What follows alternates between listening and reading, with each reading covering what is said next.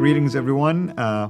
I would like to welcome you to part two of this amazing series that we're doing right now, myself and Dr. Jay Smith, who has been here with me in studio for quite a while now. We've been doing multi-parts from different topics related to the Quran and its history and its problems, and now we're focusing on Islam, its history, and the problem, or historical criticism, if you wish, of Islam itself. Part one, we gave a quick overview concerning the traditional view that Muslims basically will tend to give you about the birth of Muhammad, the dates related to that, his life in Mecca, his life in Medina, and so on and so forth. And we try to contrast that with biblical datings and to show you which one is more reliable when it comes to the existence of eyewitness accounts and other factors as well.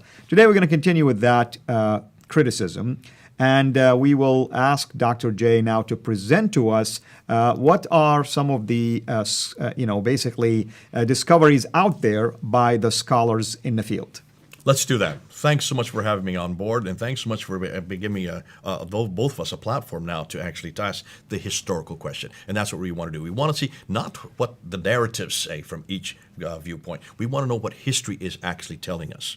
Correct. And the historians are very suspicious that everything they know about Muhammad and, of course, Islam is 200 to 300 years after the fact. Now, let's put up the screen and let's look and see what their concern is. And these are Western historians who are Islamicists. They are all experts in Islam. This is their concern. Dr. Humphrey says, Islam as we know it did not exist in the 7th century, but evolved over a period of 200 to 300 years. He said this way back in 1991, so this is older material. This is not new. What we're introducing right now is not the newest material. So Muslims should not be shocked by what we're going to be saying in the episodes yet to come. Dr. Andrew Rippin, who has just died actually last year, he said this: the Quran probably was not revealed to one man in 22 years, but likely evolved over a period of 50 to 100 years. We do know that Wansborough also supports this. He said this in 1977. Rippin said this in 1985. Toby Lester, who wrote that famous article, was referring to this in 1999. The conclusion is that the history of Islam, at least from the time of the Caliph Abdul Malik, hold that name under your cap. This is an important name. Abdul Malik, who ruled from 685 to 705 and before, is a later fabrication. Dr. Patricia Crone, Dr. Michael Cook, Robinson, these are all the ones who are making and coming to how do they come to this conclusion? And that's what we want to do today. We want to know and see how they came to the conclusion. Well, let's take a look at the next slide. If so much of the Islamist history, and this is their concern, was created so late, like we said in the first episode, why did it take so long to write it all down? Why did it take 200 to 300 years to write this down? If this is the greatest prophet in the history of mankind, if this is the seal of all the prophets, they should have written down right away. Absolutely. Absolutely. And Muslims, whenever I've asked this, they said, well, they were not literate. Now, hold on, stop a minute. They controlled Basra, Baghdad, Damascus, Jerusalem, Cairo by 652. All those 5 great cities of the Levant were under their jurisdiction. By the time Abdul Malik comes to power in 685, they controlled all the way from Spain in the west to India in the east. That whole swath of land was under their control. Are you telling me nobody could read and write between India and Spain?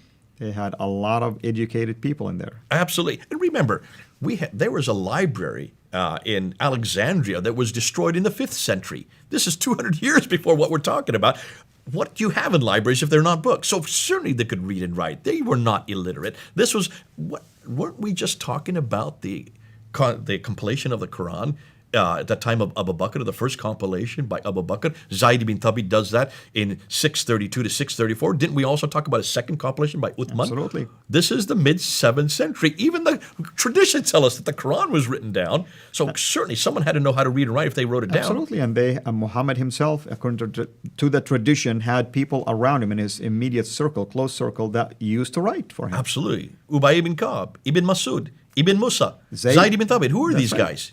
They were all writing codices. So this idea of illiteracy maybe worked for Muhammad and just for him, but certainly not to his companions and certainly not for the Quran. Now, so where did these 9th century, where did Al-Bukhari, where did Sahih Muslim, where did Ibn Dawud, where did Tirmidhi, where did they get their material from?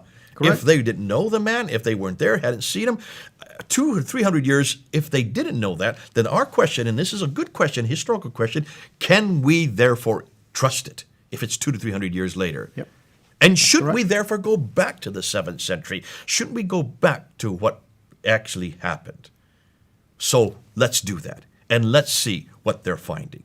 Let's do it. Now this gets fun, because it's when we go back to that century that we're going to see a lot. Now let's just look at this map here. I'll put it up on the slide there. You can see it. Look at the brown area. That's the area that they controlled by 661. So we're talking roughly 30 years after Muhammad's death. All that brown area, that includes Persia and Arabia. They're starting to move across Libya, over across northern Africa, and they're going to eventually get all the way up to Andalusia. And over the other direction to the east, they're going to eventually get all the way to the Mongol Empire in India.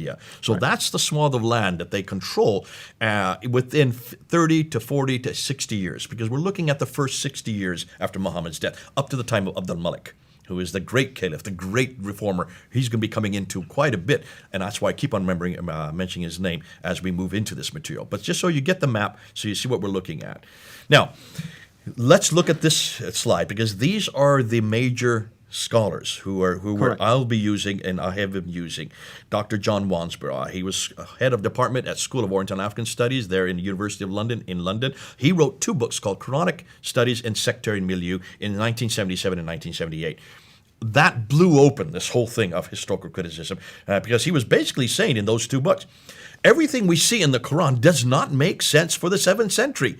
This is material that was what they wouldn't have had access to until the 8th century, because these were being written in places like Ctesiphon, which was the archaic name for Baghdad. It doesn't make sense this early. From a literary standpoint, I don't understand how you can have this kind of material that early, because it's all been borrowed.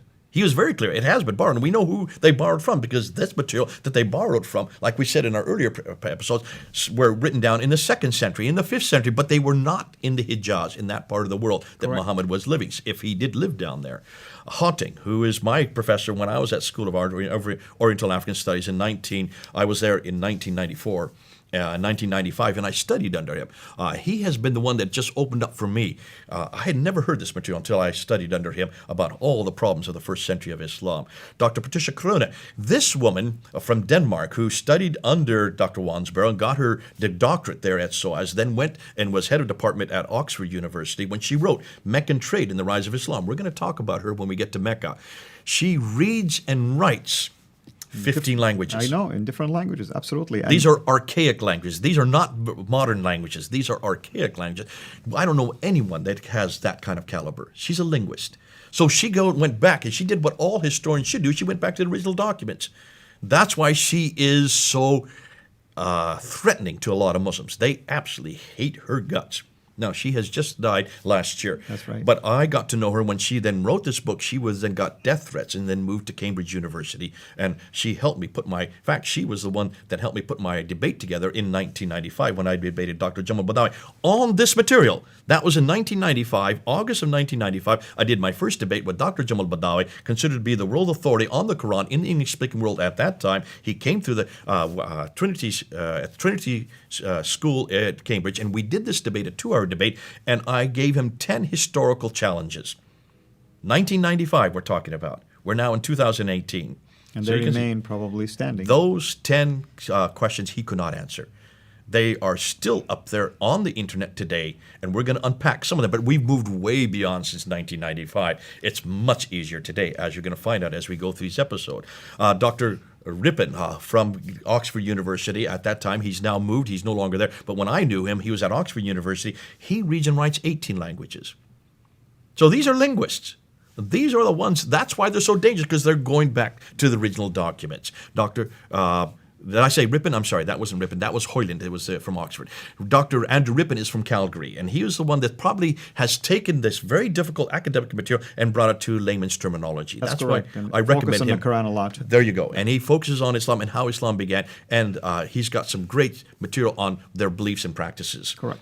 Now, Hoyland is the one I meant to talk about. Is from Oxford. He reads and writes 18 languages. And he has a wonderful book, by the way, See in Islam as Others See It. And probably the best book that actually shows that the people that were living at that time did not know about this religion. They were Did just not- quotations, but not specific names or anything There like was that. no reference to a people called Muslims, no reference to a religion called Islam, no reference to a book called the Quran, and no reference to a man named Muhammad, except from external sources. We'll get to that later.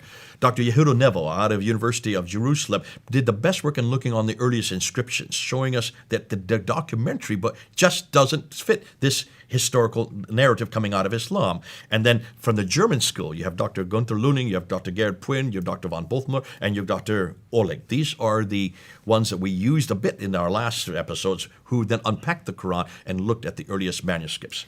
Could you give our audience just the 1 minute maybe explanation? What do we mean by the revisionist? Okay, revising is what it means. A revisionist is someone who looks at a narrative and says, there are some problems here.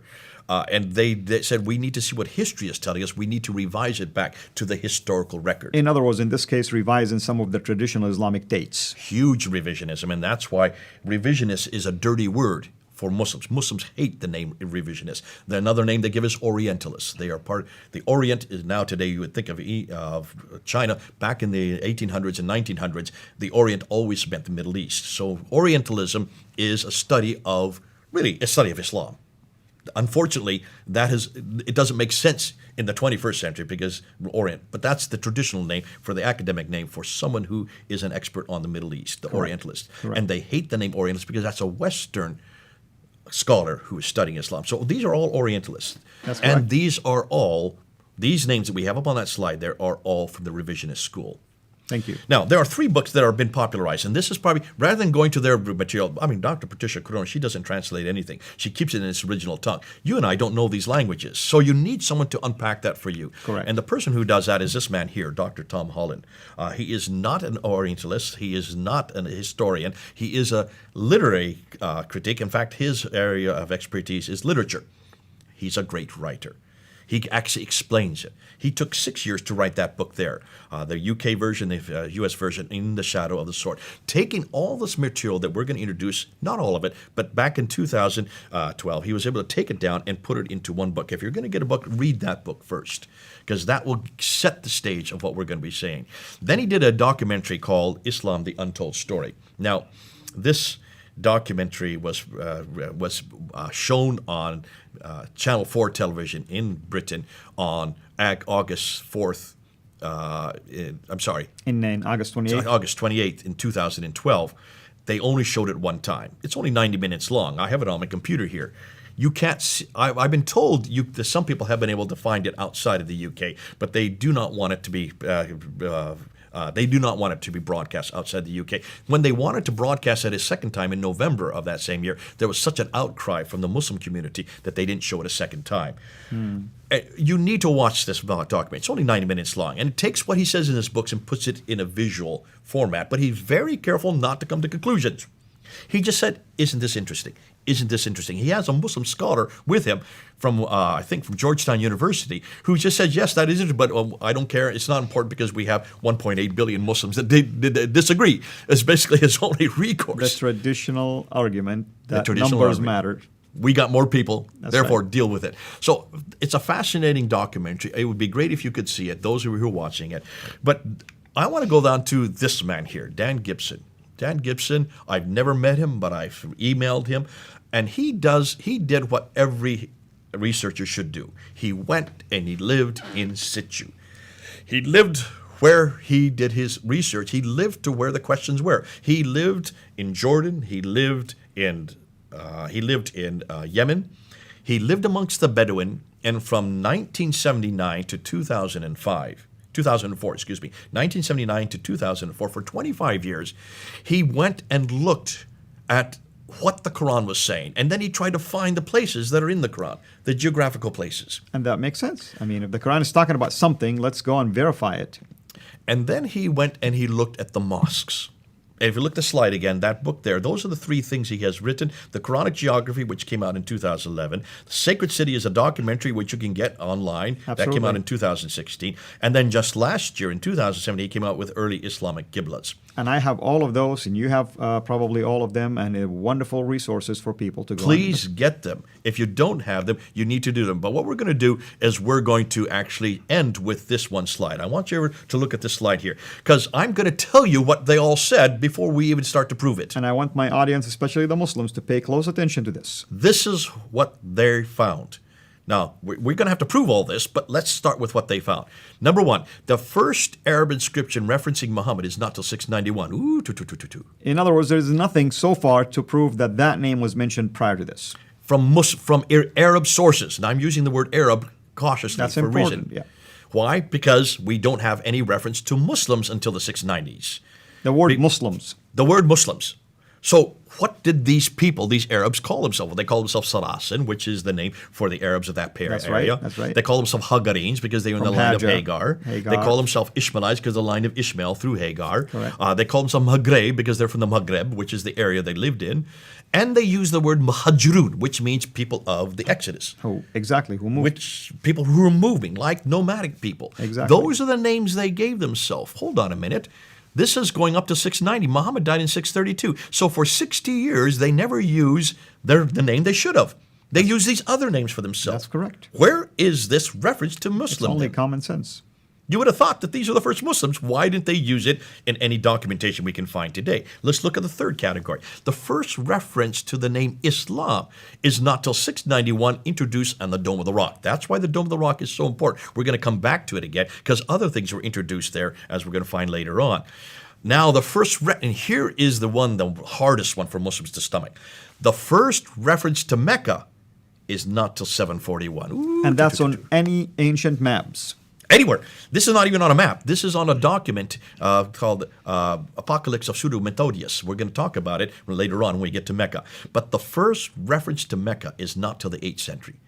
Now, you'll see why that's hugely significant. And then, of course, the first biography, as we talked about earlier, of Muhammad is not introduced until 833. Take a look at those 6 references and see why this is so damaging to Islam. Absolutely. And I can't find a better place to stop this exciting, basically, new discoveries that at least what I appreciate about you is you share what's out there. This isn't your opinion. This isn't not even your research. No. You are recording and reporting to people, just the people, the man on the street.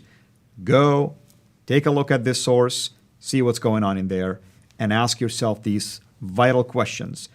Remember, we have 1.6 billion Muslims who are basing their faith on traditional dates. Absolutely. Yep. And we want them to question that. Thank you so much.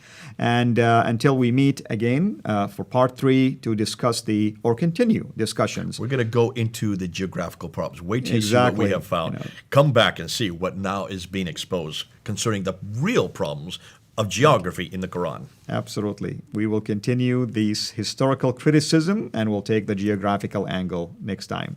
Thank you so much and have a blessed day. Thanks for watching. Make sure to like and subscribe so that you don't miss future videos. And please consider becoming a patron on patreon.com/Sierra International.